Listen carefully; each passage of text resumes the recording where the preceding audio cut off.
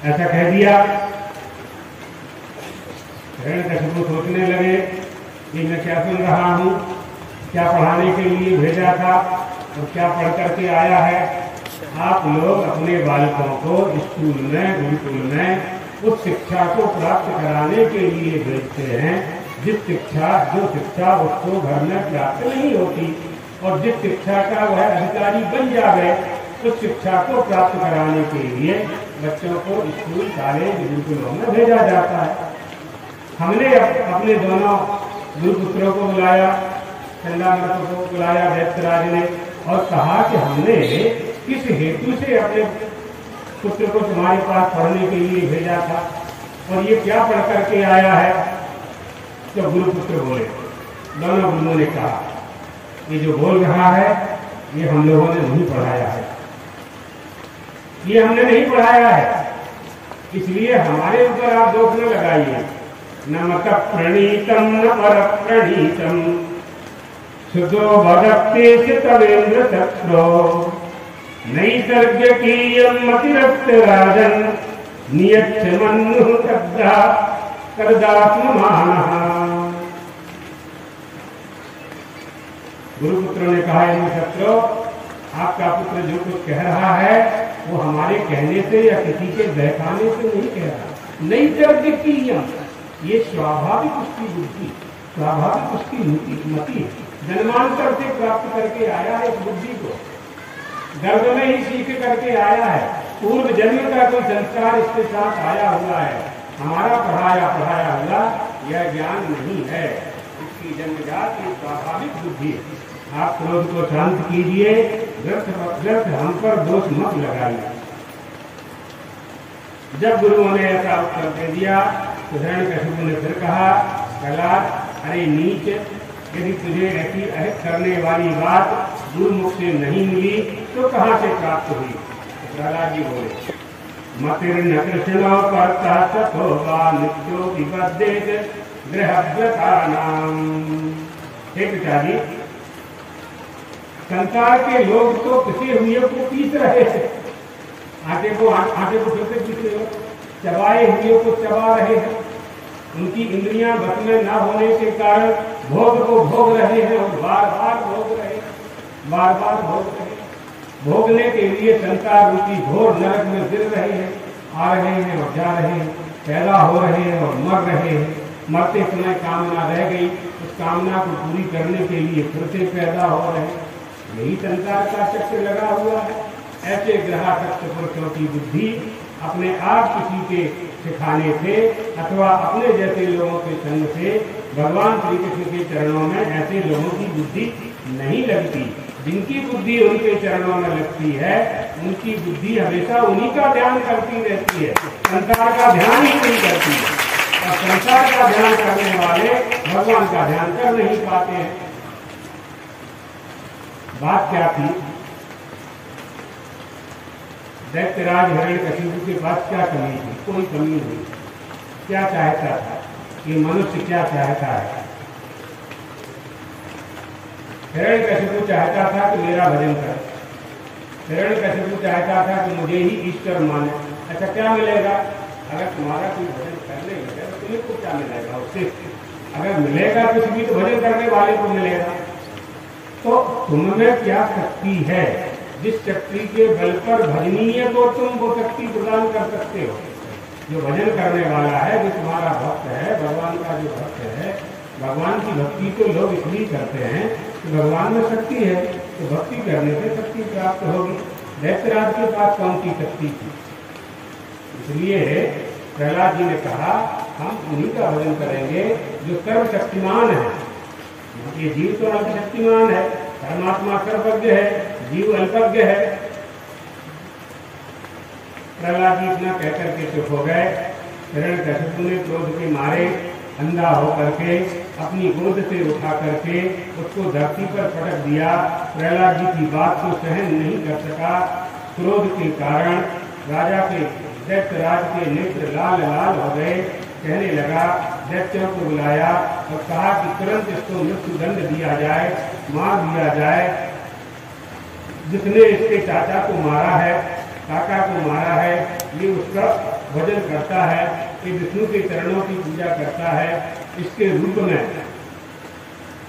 इसके शरीर में मेरे भाई को मारने वाला विष्णु भगवान इसके शरीर में प्रवेश कर चुके हैं।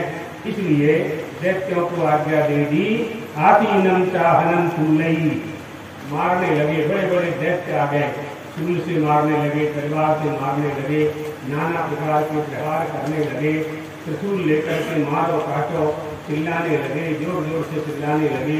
प्रहलाद जी चुपचाप बीच में सभाखंड में बैठ गए। सभी लोग प्रहार कर रहे हैं, लेकिन एक भी घाव, एक भी चोट प्रहलाद जी को नहीं लगी। उनका चित्त परमात्मा में लगा हुआ था, मन वाणी से भगवान का ध्यान कर रहे थे। अगोचर सर्वात्मा समस्त शक्तियों का स्मरण कर करके प्रसन्न हो रहे थे। इसलिए उनके सारे प्रयास वैसे ही निष्फल हो गए, जैसे भाग्यहीन व्यक्ति कोई भी व्यापार करता है वो उसमें सफल नहीं हो पाता है। इसी तरह से सारे प्रहार निष्फल होते गए। बड़े बड़े मतवाले हाथियों से कुचलवाया गया, विषधर सांपों से डसवाया गया, कृत्या राक्षसी उत्पन्न कराई गई, पहाड़ की चोटी से पटक दिया गया, संबरासर की माया का प्रयोग किया गया, अंधेरी कोठरी में बंद कर दिया गया, उसी कोठरियों में सांप को छोड़ दिया गया, विष पिलाया गया और भोजन बंद कर दिया गया, तब भी प्रहलाद जी की मृत्यु नहीं हुई। अप्रमेयानुभावोऽयम्, न किसी से डरता है, न उसकी मृत्यु होती है, न वो भयभीत होता है। अवश्य ही इसके विरोध से मेरी मृत्यु होगी, ऐसा सोचने लगा। लेकिन इस पर विजय प्राप्त करना है, ये उसने अभिमानी पुरुष झुकता नहीं है कभी, झुकता नहीं है कभी। दहकती आग में डलवाया, बर्फ की तिल्लियों में रख दिया, प्रहलाद जी का कुछ बिगड़ा नहीं, बाल बांका नहीं होता। बड़ी चिंता होने लगी दैत्यराज को। कोई उपाय नहीं सूझा। चंडामर्क को फिर से समझाया, लेकिन चंडामर्क ने कहा कि ये हमारे बस का बालक नहीं है, ये भगवान की भक्ति करने वाला बालक है, और ये जो शिक्षा इसको हम लोग देते हैं उसको ये ग्रहण नहीं कर पाता है। ये तो हमारे गुरुओं का भी गुरु है। फिर भी हिरण्यकशिपु ने कहा कि एक बार और ले जाओ, कोशिश करके देखो कहीं बुद्धि शुद्ध हो जाए। जिसकी बुद्धि शुद्ध थी उसकी बुद्धि को शुद्ध करने कह रहे, जिनकी बुद्धि अशुद्ध थी उनकी बुद्धि को शुद्ध करने के लिए नहीं कह रहे। चले गए प्रहलाद जी, फिर से पाठशाला चले गए। चंडामर्क किसी काम से बाहर चले गए। इतने में प्रहलाद जी ने अपने दैत्य मित्रों को बुलाया, बालकों को बुलाया और उनके बीच में बैठ गए और उनको उपदेश करने लगे।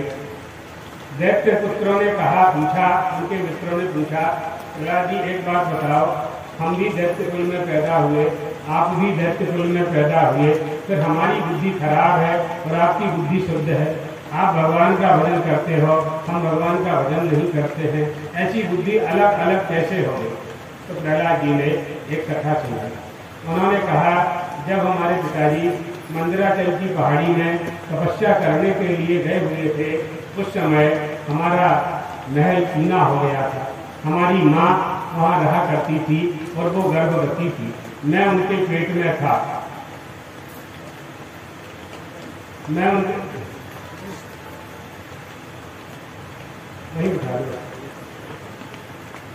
उनके पेट में था। उसी समय इंद्र ने अकेलापन देख करके, सूनापन देख करके ये विचार किया कि इस समय ये हिरण्यकशिपु से बदला ले लेना चाहिए। तो विमान लेकर के आए और इंद्र ने मेरी माँ का अपहरण कर लिया।